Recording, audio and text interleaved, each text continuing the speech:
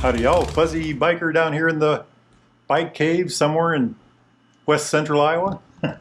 Look what I got behind me here. This is a 1985 FXR with, look at that, a Knuckle engine in it.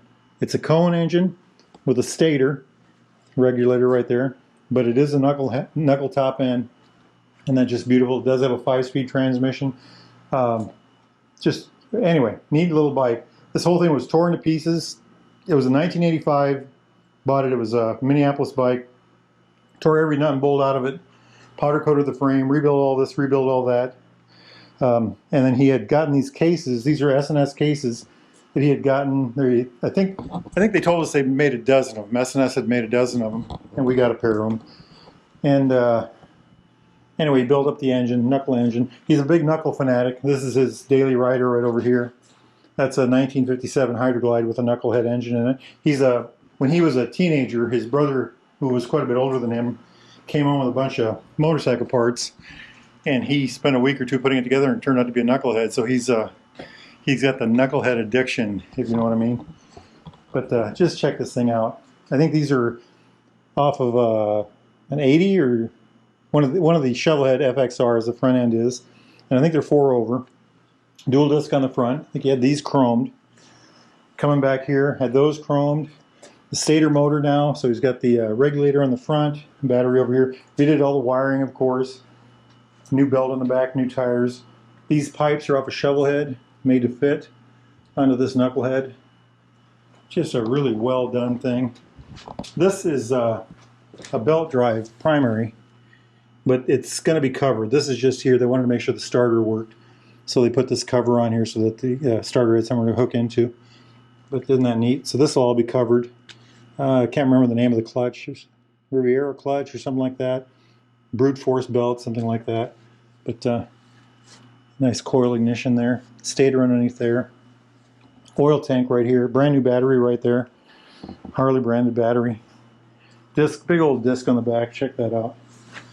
And like I said, dual disc on the front, but doesn't have them hooked up yet. These are off of an earlier Harley too. This is something pre-85, but check that out. Isn't that neat? Got the, well, they're not labeled, so I don't know what they are, but that's going to be neat, isn't it? And I think he's going to have a single gauge up here. I don't think he's going to have anything on the tank, but I could be wrong about that. Had this running a little bit ago. I'll cut the video in at the end. And show you with the bike running. Got this running yesterday, as a matter of fact. I think it was yesterday. And like I said, we had it running earlier today. Really makes quite a sound. All of the lights work. You know, the headlight, everything on the front works. You know, oil light, neutral light, all that neat stuff works. However, nothing back here works, so we got to do a little troubleshooting. We couldn't get the taillight or the back blinkers to work, so we'll figure that out. Another issue we ran into so far. This outer cover on the oil pump is leaking oil, and there's a little spot there. And he says sometimes they'll warp, and we wonder if maybe that's what's going on there. But we'll figure it out. He's got another oil pump upstairs, I think. So we'll do some work there. This is a 5-speed transmission. 85 still had the keyway in there in the main shaft. So we put a main shaft out of a newer transmission, and that had a spline instead of the little keyway. There's a spline system, so it's a little stronger, a bit stronger.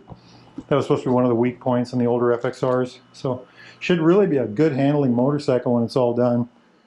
It's really going to be a good looker. Now that he knows the tank works, he'll do a little bit of stuff to get everything up to par. Then we'll take this off, get it to the body shop where they will do their magic, you know, fill and sand and paint, and it'll be black like the back fender. I think the front is going to have a chrome fender, I think is what he was telling me. And like I said, a single gauge. I don't think he's going to have a tack on it. I think it's just going to be a speedometer. It's going to be a real good looking bike. He hasn't decided on a seat yet also. He's got a couple in mind. I don't really know enough about that to tell you what they are, but when I find out, we'll share it. When we get this bike running, we'll put this hot rod back on. We'll get a video of it complete and running down the road. It really should be a neat thing. It's been a couple-year project, you know. He retired and started working on this more. And he did some other bikes in between, of course, some work on this thing. This thing still runs. He'd actually like to sell this. He just, you know, how do you sell something like that? You know, it's a Knucklehead with an S&S. It's an S&S Knucklehead engine inside it's a clone bike. So it's a 1957 Hydroglide, but the only thing made in 1957 would be the front end. Everything else is, you know, aftermarket frame and clone parts. But boy, is it a fun bike to ride. I did a video on this where I drove it. I think it was 150 miles one day, and I just fell in love with it.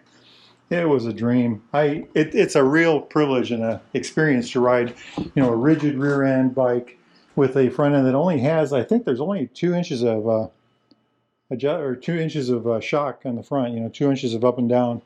But I really had a lot of fun on it. The seat is a pogo seat. That's where the rear suspension really is.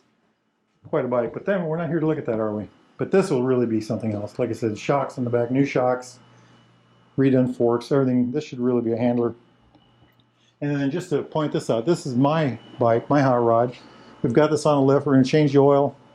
I've got a whole new ignition. I've been having trouble with the points, and I'm to the point where I'm sick of dealing with those points. So we're going to put, I think it's an Ultima ignition. I got it in the other room, and it shouldn't be much. Change the coil, spark wires, run this wire out, you know, change that wire, put the new Ultima system in here, put it all back together. It should go pretty quick.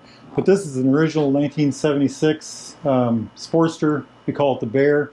It was bought, I think it was bought new in 76 by a man named Barry Spiller, a guy I went to high school with. And he had it until I got it. He passed on 5 or 6 years ago, and I purchased this from his widow. She really basically just gave it to me. And it's pretty much all original. Seat, paint, all that stuff, with the exception of these drag pipes, which Barry must have put those on himself. And then I put this Mikuni on. I was having trouble with the Keenan carburetor. And so I put the Mikuni on because I was going to, you know, use that as a temporary carburetor. But those Mikunis work so well, I'm kind of sold on it now. I am going to try to put the oval air cleaner back on the other side. Just love this bike. It's an absolute hoot to run. Absolute hoot to run. Just one of the funnest motorcycles I've ever owned.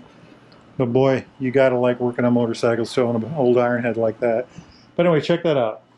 Just a gorgeous, gorgeous Knucklehead FXR. Knucklehead FXR. Hey, life is good. I got a motorcycle sitting outside. I think I'm going to go hop on that sucker and burn up some highway. If y'all can do it, get out there and ride, my friends. Wahoo!